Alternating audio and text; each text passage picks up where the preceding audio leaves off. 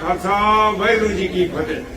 23 दिसंबर 2001 को हमने हरियाणा की अलग गुरुद्वारा प्रबंधक कमेटी की मूवमेंट को शुरू किया था और संगत के प्रेशर की वजह से 14 जुलाई 2014 को हुड्डा साहब ने, हरियाणा की असेंबली ने हरियाणा सिख गुरुद्वारा प्रबंधक कमेटी एक्ट नंबर 22 ऑफ 2014 वो बनाकर हरियाणा के सिखों को श्रोमणी गुरुद्वारा प्रबंधक कमेटी से अलग करके हरियाणा के सिखों को एक धार्मिक आजादी मिलती थी। उसके बाद बादल साहब सुप्रीम कोर्ट में चले गए। 22 सितंबर 2022 को बादल साहब को वहां अदालत में से भी शिकस्त मिली और सुप्रीम कोर्ट ने हरियाणा के सिखों के हक में फतवा दे दिया कि जो हरियाणा की असेंबली ने बिल पास किया था वो बिल को वाजिब है और जायज। उसके बाद खट्टर सरकार थी, उन्होंने जो कमेटी बनाई, उस कमेटी ने हरियाणा के गुरुद्वारों की जो गोलक है उसका दुरुपयोग किया है और उसके अलावा इस किस्म के आदमी भर्ती किए थे जिनको कुछ पता नहीं था कि जो एक्ट पास हुआ है उसमें क्या लिखा है, उसको कैसे करना है। उन्होंने ना कोई रूल्स बनाए और ना कोई रेगुलेशन बनाए। सारा का सारा काम जो है वो गैर कानूनी होता रहा है और जो पैसा खर्च करते थे उनका आज तक ऑडिट भी नहीं किया।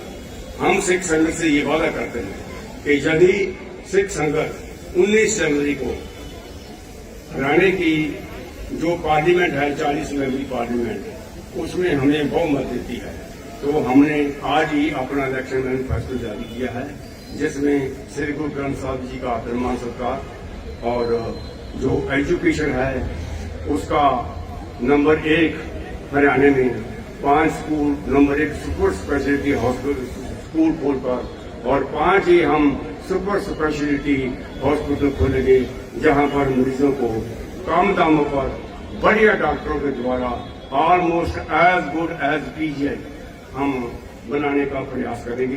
ये हमारी संगत से कमिटमेंट है। आज फरीदाबाद पहुंचे हैं, वार्ड नंबर 40 के अंतर्गत कितने जो है एरिया आते हैं और क्या अपील आप करते हैं? वार्ड नंबर 40 में कई और 7 गुरुद्वारे अपना जिले भी हैं। काफी लंबा चौड़ा वो एरिया है और फरीदाबाद, पलवल और नूह काफी लंबा चौड़ा एरिया है।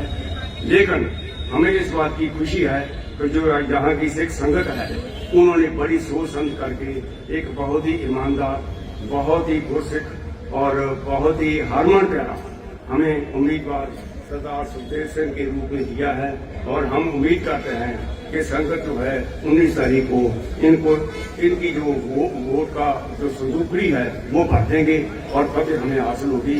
और उसके बाद हम सारी संगत को ये भरोसा दिलाते हैं कि हरियाणा की जो सिख पार्लियामेंट बनेगी उसमें हम हरियाणा के सिखों की 4 सवेरे बहुत ही ज्यादा तरक्की के लिए हम कोई भी किसी की शक्ति कर सकते हैं। प्रधान जी एक बात बताइए, प्रक्रिया क्या होगी?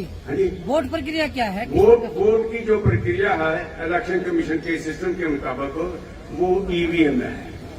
ईवीएम प्रधान जी 40 वार्ड है, क्या पार्टी ने 40 वार्ड पे अपने कैंडिडेट उतारे हैं?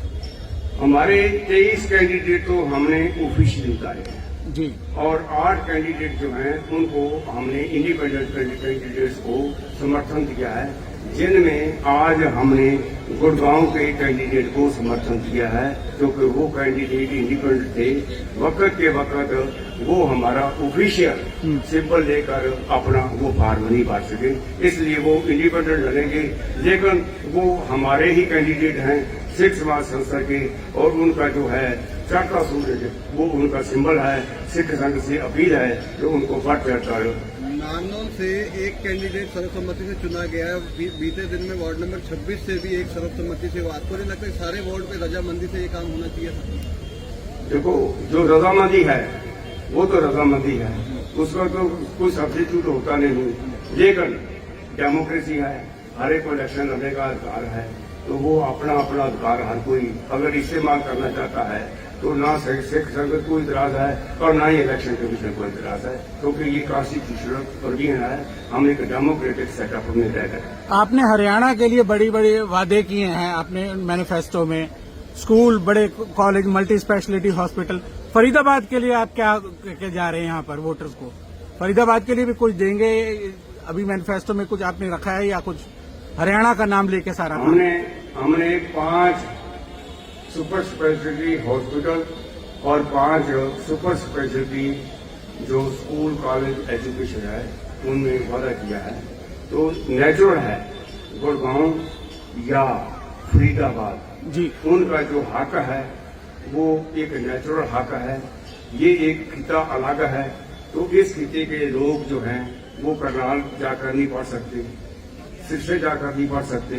तो ये नेचुरल बात है कि जब हमारी मीटिंग होगी तो जो हमारी एग्जेक्टिव बॉडी है वो इस बात के लिए सबसे पहले फरीदाबाद का या गुड़गांव का, जैसे भी दोनों जिलों की संगत कहेगी वैसे उनको उनका हक हर हालत में मिलेगा। चुनाव प्रचार किस तरह से आगे चलता रहेगा, क्योंकि 19 तारीख का भी समय पड़ा हुआ है, तो चुनाव प्रचार किस तरह से चलेगा आगे? देखो, चुनाव प्रचार की जो मैं बात अगर अपनी मिसाल दूं तो मेरा शाहबाद का हल्का है 23 नंबर वार्ड। तो हमारे साथ 50 से लेकर 100 तक की संगत हमारे साथ चलती है और हम डोर टू डोर जा रहे हैं। डायरेक्ट हमारा जो वोटर है उसके साथ हमारा संबंध है और हम संगत जो है वो हमें गाइड भी करती है कि आप वो हमने बनाना है और आपने ये काम करना है। ये हमारे लिए खुशी की बात है और हम जीतेंगे भी, उम्मीद करता हूँ संगत की वजह से, और संगत के जो कार्य हैं वो हम करेंगे। फरीदाबाद में आज जो लोग पहुंचे, जिन्होंने समर्थन दिया, क्या लगता है इतनी भारी संख्या में जो पहुंचे थे, क्या कहना चाहोगे वोटर्स को फरीदाबाद के? हम वोटर्स को ये कहना चाहते हैं, सबसे पहली बात इसका नाम जो है हरियाणा सिख गुरुद्वारा प्रबंधक कमेटी है। दुनिया में प्रबंध सबसे बड़ी चीज है। अगर किसी देश का प्रबंध अच्छा नहीं होता तो उस देश में अनारकी, अराजकता फैलती है। इस किस्म के देशों की एग्जाम्पल जो है वो एक नहीं, दो नहीं, कई दर्जनें हैं जिनका प्रबंध अच्छा न होने की वजह से, करप्शन की वजह से और कोई कारणों की वजह से वहां का प्रबंध अच्छा नहीं और वहां नारकी फैली हुई है। तो हम सबसे पहले सिख गुरुद्वारा प्रबंधक कमेटी एक्ट नंबर 22 और 20 और 14 में जो भी एक भी अक्षर लिखा है हम उसके ऊपर पूरा पैरा देंगे और उसको इम्प्लीमेंट करेंगे। और अगर कोई संस्था या गवर्नमेंट जो कॉन्स्टिट्यूशन के लिखती लफ्ज है उनको इम्प्लीमेंट करती है तो उससे बड़ा कोई स्वर्ग नहीं होता। हम इस बात के लिए कमिटेड हैं। जी, बहुत बहुत धन्यवाद।